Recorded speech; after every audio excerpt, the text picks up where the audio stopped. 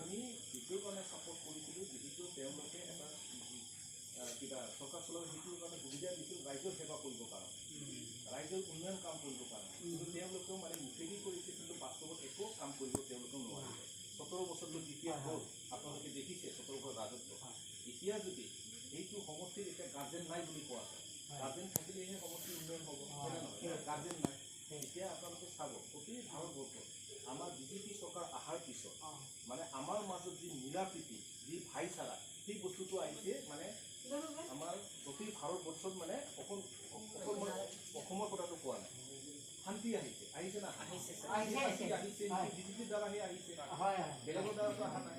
আজি আমাৰ নৰেন্দ্ৰ মোদী ডাঙৰীয়া তেওঁ প্ৰাইম মিনিষ্টাৰ হোৱাৰ পিছত, তেওঁ নেতৃত্ব দিয়াৰ পিছত আমাৰ অসমত বলিষ্ঠ নেতৃত্ব দি অহা অসমৰ মুখ্যমন্ত্ৰী হিমন্ত বিশ্ব শৰ্মা ডাঙৰীয়াৰ নেতৃত্বতহে আমাৰ অসমখনত শান্তি আহিছে, হয় নে নহয়? এই শান্তিটো কোনোবা ইউপিপিৰে অনা নাই, কোনোবা বেলেগ দলে অনা নাই। তেওঁলোকে ডাঙৰ ডাঙৰ লেকচাৰ মাৰি থাকে যে শান্তি আমাৰ দ্বাৰা আহিছে বুলি। এইটো মিছা। শান্তি আহিছে আমাৰ বিজেপিৰ দ্বাৰা। আৰু যিবোৰ আঁচনিবিলাক আহিছে, অৰুণোদয়, ৰেচন কাৰ্ডৰ পৰা লৈ তাতে নিযুত মাইনা, এইবিলাক আঁচনিটো আমাৰ বিজেপিৰ আঁচনি না। তেওঁলোকৰ